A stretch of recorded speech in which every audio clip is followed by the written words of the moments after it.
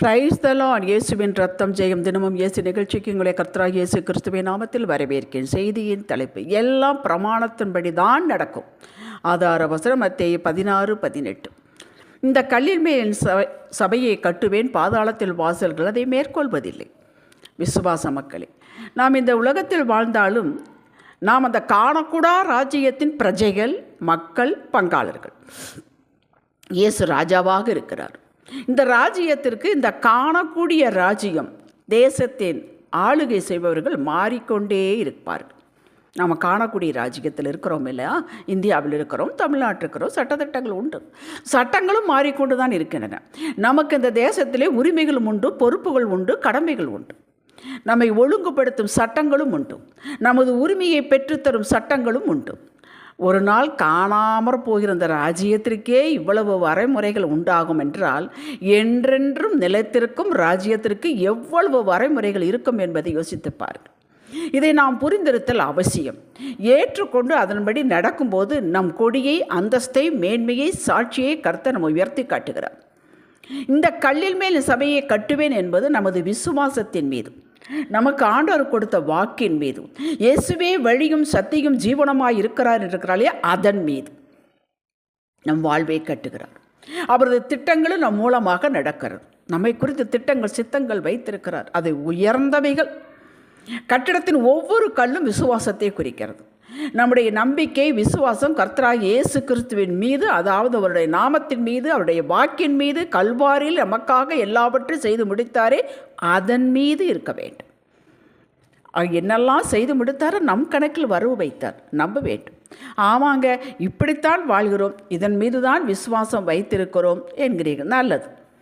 அவர் உங்களுக்கு கொடுத்த வாக்கை உங்களது குடும்பத்தில், பிசினஸில், வேலையில், பிள்ளைகளில், சமாதானத்தில் நிறைவேற்ற வல்லவராயிருக்கிறார். அவர் நல்லவர், நன்மை செய்கிறவர், நன்மைகளை மாத்திரம் செய்கிறவர், உண்மையுள்ளவர். எதில் உண்மையுள்ளவர்? கொடுத்த வாக்கில் உண்மையுள்ளவர். நீங்கள் மறந்திருக்கலாம், அவர் மறப்பதில்லை. அவருடைய நேரத்தில், அவருடைய பாணியில் செய்து முடிப்பார். அவருடைய பங்கை நிறைவேற்ற கண்ணும் கருத்துமாக இருக்கிறவர். அவர் நம் வாழ்வில் ஒன்றும் செய்யாத போல இருந்தாலும் அதுவும் கிரியையே. சில காலகட்டங்களை பார்த்தா எதுவும் நகராது போல, ஒன்றுமே நடக்காது போல நமக்கு இருக்குது. அப்படி எல்லாருடைய வாழ்வில் ஒரு பீரியடு உண்டு. அதை நாம் ஏற்றுக்கொள்ள வேண்டும். இதை செய்யுங்கப்பா என்று அவருக்கு ஞாபகப்படுத்த வேண்டியதில்லை. பாதாளத்தில் வாசல் பிசாசு அதை தடுக்க இயலாது. ஆனால் இவைகளை எல்லாம் அவர் பிரமாணத்தோடு இணைத்து விட்டார். உதாரணம் ஒன்று சொல்கிறேன். உன் ஆயுள் நீடித்திருக்க வேண்டுமானால், இது ஆசீர்வாதம், இது கட்டுதல். நீ செழித்திருக்க வேண்டுமானால் உன் தகப்பனையும் தாயும் கணம் பண்ணு. நாம் செய்ய வேண்டிய பொறுப்பு இருக்கிறது. இதை கர்த்தர் வளைப்பதில்லை, ஓட்ட போடுவதில்லை, பீத்து தனியாக எடுப்பதில்லை. அவர் போட்டது தான். அவரே இதற்கு மரியாதை கொடுக்கிறார். நம் வாழ்வு அற்புதமாய் மாற வேண்டும், வளமாக வாழ வேண்டும், கண்ணியமாக வாழ வேண்டும், கணத்திற்குரியவர்களாக இருக்க வேண்டும், இறுதி வரை ஆரோக்கியம் உள்ளவர்களாக இருக்க வேண்டும், மற்றவர்களுக்கு ஆசீர்வாதமாக இருக்க வேண்டும், தேவ திட்டத்தை நிறைவேற்ற வேண்டும், தேவ சித்தத்தில் இருக்க வேண்டும், நல்ல சாட்சியுள்ள குடும்பங்களாக இருக்க வேண்டும், தேவன் விரும்புகிற விதத்தில் நம் விசுவாசம் இருக்க வேண்டும் என்று இவைகளை எல்லாம் நாம் விரும்ப வேண்டும். முதலில் மனதில் விரும்ப வேண்டும், கேட்க வேண்டும், ஜெபிக்க வேண்டும். நமது விசுவாசம் இயேசுவின் மேலேயே இருக்க வேண்டும். மகிமையை அவர் மூலமாக தேவனுக்கு செலுத்த வேண்டும். என் திறமையினால், என் ஞானத்தினால், என் உழைப்பினால், என் கையின் பிரயாசத்தினால் இதை சம்பாதித்தேன் என்று ஒரு நாள் சொல்லக்கூடாது என்று சொல்லியிருக்கிறார். உபாகம் 8:17. அவரெல்லாம் நம்மளால் ஒன்றும் செய்ய முடியாது. யோவான் 15:5. உங்களுக்கு ஞானம், கிருபை கொடுத்தவர் அவர். எதற்கு கொடுக்கிறார்? காரியத்தை வாய்க்க செய்வதற்கு. என்ன காரியத்தை நீங்கள் கையில் எடுத்திருக்கிறீர்களோ, என்ன காரியத்தை செய்ய வேண்டும் என்று அவர் நிர்ணயித்திருக்கிறாரோ அதை செய்து முடிப்பதற்கு, உங்கள் மூலமாகவே செய்து முடிப்பதற்கு உங்களுக்கு கிருபையும், ஞானமும், பலனும், அறிவும் கொடுக்கிறார். இதில் நாம் பாஸ் ஆக வேண்டும். மனுஷனுடைய வழி அவனாலே ஆகிறதில்லவென்றும், தன் நடைகளை நடத்துவது நடக்கிறவனாலே ஆகாதல்லவென்றும் அறிவேன். எரேமியா 10:23. அடுத்து, புதிதான வம்சங்களை நோவாவிலிருந்து வர்த்திக்க பண்ணும்போது இப்படி கர்த்தர் உறுதியிட்டார். பூமியில் நாளவு விதைப்பும் அறுப்பும், சீதளமும் உஷ்ணமும், கோடைகாலமும் மாரிகாலமும், பகலும் இரவும் ஒழிவதில்லை என்று தம்முடைய உள்ளத்திலே சொன்னார். இது பிரமாணம். இதை அவரே மீறுவதில்லை. செழிப்பு, மேன்மை, களஞ்சிய நிரம்ப வேண்டும் என்றால் நீங்கள் விதைத்திருக்க வேண்டும். என்ன விதைக்கிறீர்களோ அதைத்தான் அறுக்க வேண்டும். எவ்வளவு விதைக்கிறீர்களோ அவ்வளவு அறுப்பீர்கள். கொடுங்கள், அப்பொழுது உங்களுக்கு கொடுக்கப்படும். இது பிரமாணம். தசமபாகம், காணிக்கை, விசேஷித்த காணிக்கை, நேரத்தை கர்த்தருக்கு கொடுக்க வேண்டும். சுகம், ஆரோக்கியம் என்னாலும் வேண்டுமென்றால் உடனே பிறர் குற்றத்தை மன்னித்து விட வேண்டும்.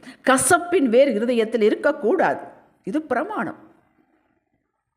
எனக்கு சுகம் மாத்திரம் வேண்டும், ஆரோக்கியம் மாத்திரம் வேண்டும், நான் எப்பொழுதுமே அப்படி இருக்க வேண்டும், இளமையாக இருக்க வேண்டும் என்றால் நாம் ஒரு காரிய விளக்கரியம் செலுத்த வேண்டும்.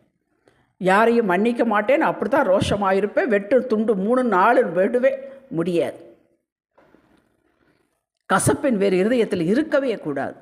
இது சுகத்திற்கான பிரமாணம். நாம் அவருடைய வாக்கை எடுத்து விசுவாசத்தோடு அறிக்கை செய்கிறோம். நல்லது நல்லது, இதை எதிர்பார்க்கிறார். நீரே என் பரிகாரி, உன் தழும்புகளால் குணமாகிறோம், இஸ்ரவேல் கோத்திரத்தில் பலவீனப்பட்டவன் ஒருவனும் இல்லை என்று அறிக்கை செய்கிறோம். செய்ய வேண்டும். கூடவே பிரமாணத்தை நிறைவேற்ற வேண்டும்.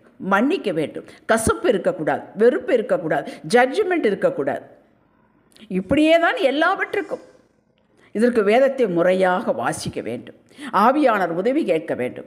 பிரமாணத்தை ஞாபகப்படுத்தி அதை நிறைவேற்ற உதவி செய்யவே ஆவியானவர் உங்களுக்குள் ஆயத்தமாக இருக்கிறார்.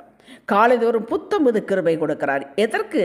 அன்றைய தினம் செய்ய வேண்டிய காரியங்கள் தேவன் எதிர்பார்க்கும் வண்ணம் தேவனுக்காக செய்து முடிக்க கொடுக்கப்படுகிறது. அன்றைய தினம் உள்ள சேலஞ்சுகளை நாம் எதிர்நோக்குவதற்காக பலனும் ஞானமும் இந்த கிருபைக்குள் இருக்கிறது. எதையும் கொடுக்காமல் நம்மிடம் கர்த்தர் எதையும் எதிர்பார்ப்பதில்லை. காலைதோறும் புத்தம்புது கிருபை, தேவையான கிருபை, போதுமான கிருபை பெற்றுக்கொண்டேன் என்ற நிச்சயம் நமக்கு வேண்டும். அவை தேடும் பொழுது கேட்கிறார், கேட்கும் பொழுது கொடுக்கிறார். சங்கீதம் 143:8-10 வாசியுங்கள். இது உணர்வையோ உங்கள் நினைவையோ பொறுத்தது அல்ல, முழுக்க முழுக்க விசுவாசத்தினால் பெற்றேன் என்று உறுதி வேண்டும். இப்படி நாம் அவரோடு இணைந்து செயல்படும் போது, அவரையே புகலிடமாக தஞ்சமாக கொண்டு நடக்கும்போது நாம் தேடி போக வேண்டியதில்லை, நம்ம எல்லாம் தேடி வரும். யோவான் 15:7. யோசேப்பு சிறையில் விதைத்து கொண்டு தான் இருந்தான்.